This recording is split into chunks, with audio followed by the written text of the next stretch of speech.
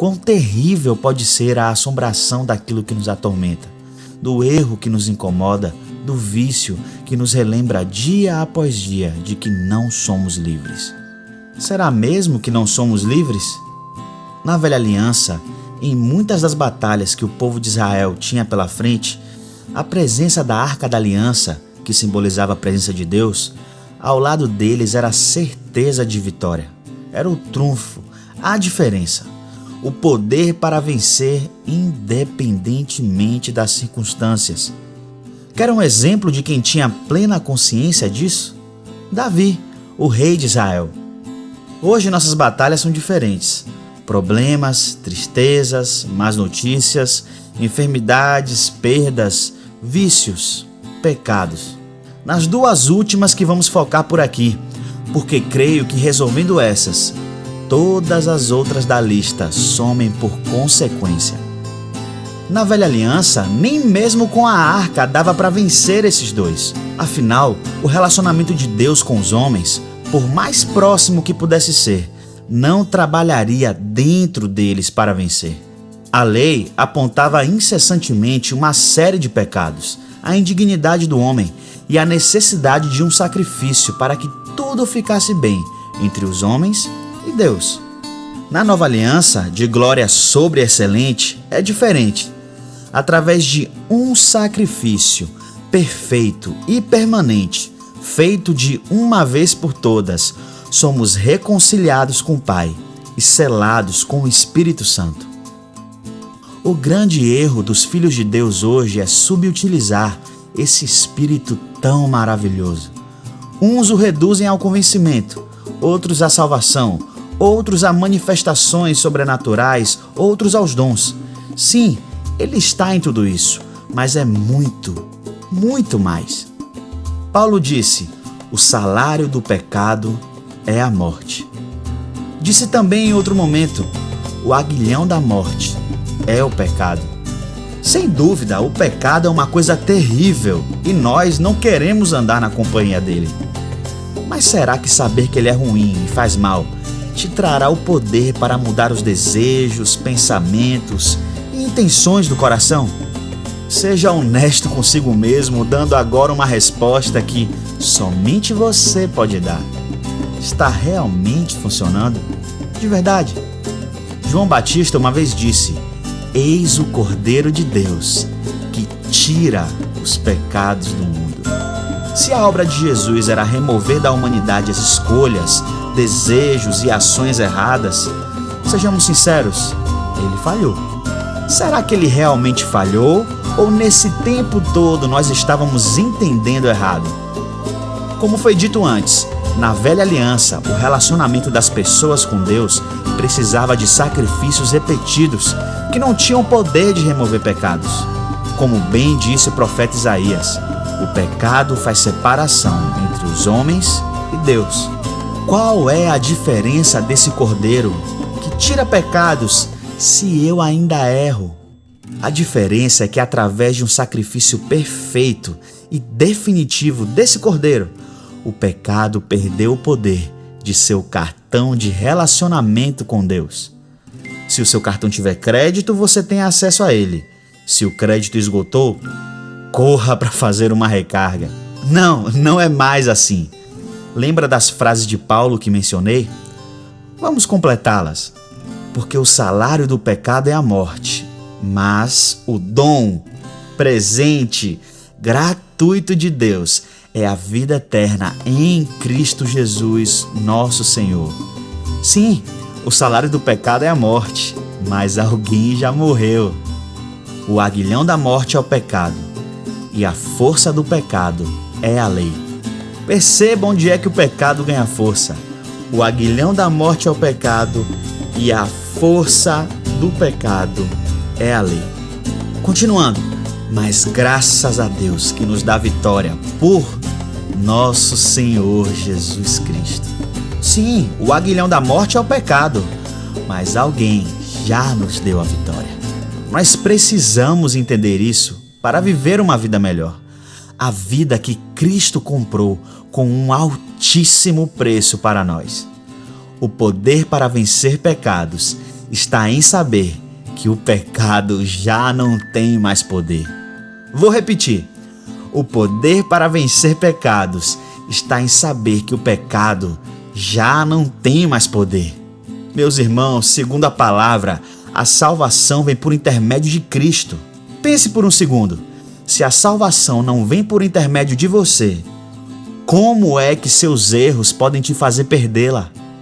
Paulo já disse, porque pela graça sois salvos, por meio da fé, e isto não vem de vós, é dom de Deus, não vem das obras, para que ninguém se glorie, porque somos feitura sua, criados em Cristo Jesus para boas obras, as quais Deus antes preparou para que andássemos nelas. Observe nesse trecho também que até mesmo as boas obras que você tanto deseja fazer já foram preparadas por Deus, para que você simplesmente ande nelas. É natural, é consequência do que Ele fez por e em nós. Isso me traz duas coisas. 1. O trabalho está feito e foi feito todo por Deus. 2. Nem mesmo as suas boas obras são suas, para que você se glorie e encontre salvação. Perceba então que boa obra não salva e, da mesma forma, sua ausência não remove salvação. Você pode estar querendo me dizer agora, cuidado com isso, Marcinho, o que você está dizendo é perigoso, você está errado. Aí eu te pergunto, se boa obra salvasse, qual seria a necessidade do Cristo? De tanta dor, humilhação, sofrimento. Afinal, você poderia resolver isso por si mesmo, né? Aliás, se boa obra salvasse, quem realmente estaria a salvo? Não. O preço foi alto demais para que a gente tente tirar sequer 1 milímetro de sua glória. Todo aquele que exalta Cristo vem de Deus, e o amor de Deus lança fora todo o medo. João, o apóstolo, também disse algo interessante. Se dissermos que temos comunhão com Ele e andarmos nas trevas, mentimos e não praticamos a verdade. Mas, se andarmos na luz, como Ele na luz está, temos comunhão uns com os outros, e o sangue de Jesus, seu Filho, nos purifica de todo o pecado. Você observou uma coisa? Se andarmos na luz, como Ele na luz está, temos comunhão uns com os outros, e o sangue de Jesus nos purifica de todo o pecado. Se na luz o sangue nos purifica, significa que na luz ainda erraremos.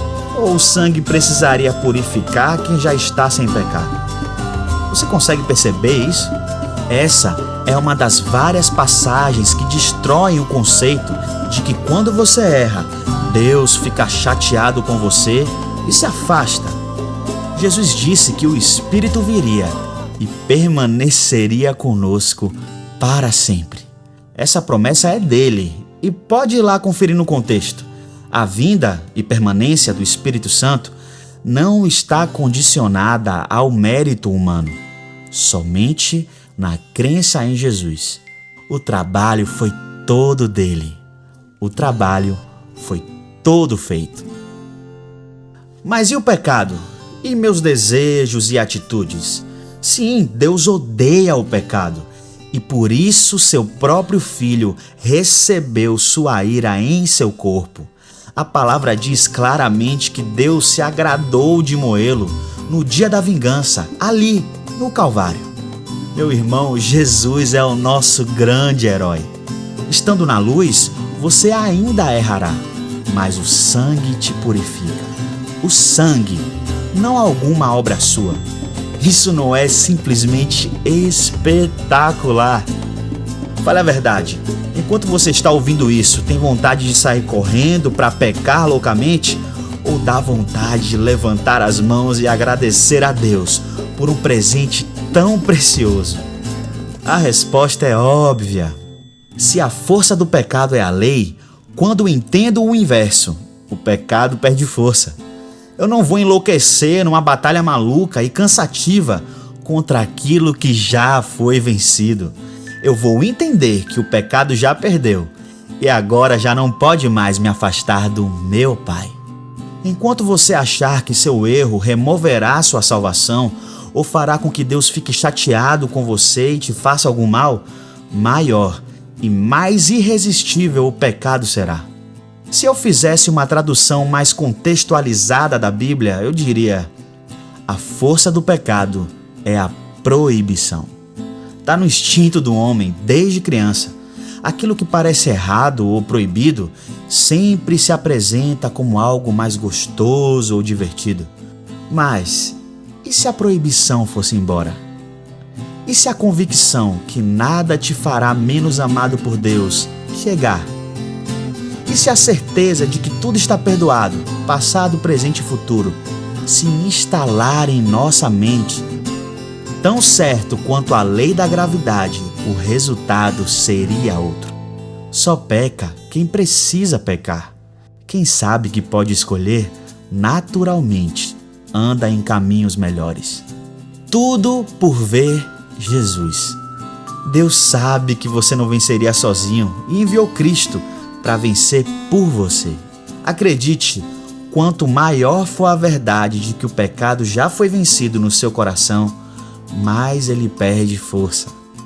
Eu vou saber também que, assim como a Arca da Aliança era a certeza da vitória de Israel sobre os seus inimigos, o Espírito Santo em mim é a força para vencer tudo. Afinal, em absolutamente todas as coisas eu sou mais que vencedor nele. Veja bem, todas são todas. A presença de Deus não se afasta de mim quando erro. Muito pelo contrário, ela está ali gritando para mim: eu te amo e não me separo de você nunca mais. Eu já te fiz vencedor nisso. Estamos juntos agora. Meu querido, saber que Deus está com você para tudo muda a perspectiva de tudo. Você agora é maioria. O jogo virou. Essa é a grande verdade que nosso inimigo jamais quer que acreditemos. Em todas as coisas, somos mais que vencedores naquele que nos amou. Ele sabe que se acreditarmos realmente nesse verso, sua festa acaba.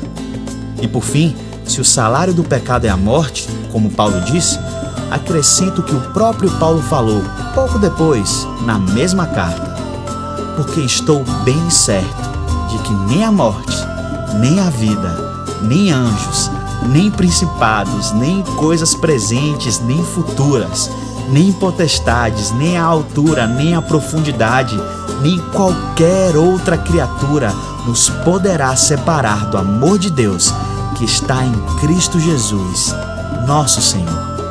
Chega de culpa, de condenação, autoflagelação, medo, confusão. Deus não está nessas coisas. Agora, pois, nenhuma condenação há para os que estão em Cristo Jesus. Pense bem, esse versículo não é indicado para pessoas perfeitas, porque, para as pessoas perfeitas, logicamente, não há nenhuma condenação. Esse versículo é para mim e para você, imperfeitos, errantes, mas colocados no perfeito, no inerrante. É para Cristo que o Pai olha agora. Não para cada um de nós com nossos erros e imperfeições.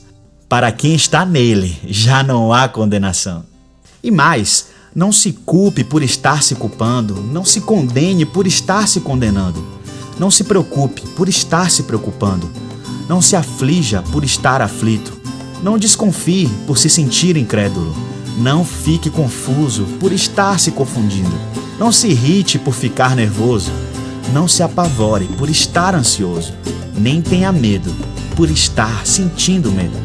Quando nos ocupamos do que ainda falta ou está errado conosco, corremos o risco de fazer a justiça própria, a força do nosso braço, operar 2 vezes. É como tentar remover um tijolo, colocando outro igual em cima. Se isso acontecer, não se desespere, mas sugiro que, se acontecer ou quando acontecer, pare por um segundo, respire e ancore-se na verdade de que absolutamente nada mais pode te separar do amor de Deus que está em Cristo Jesus, nosso Senhor. Existe uma tradução em que as palavras de Paulo aos Filipenses estão assim: e estou plenamente convicto de que aquele que iniciou boa obra em vós há de concluí-la até o dia de Cristo Jesus. Você agora está em uma posição tão confortável e segura que nem mesmo os tijolos que você colocou precisarão ser removidos por você mesmo. Simplesmente veja Jesus.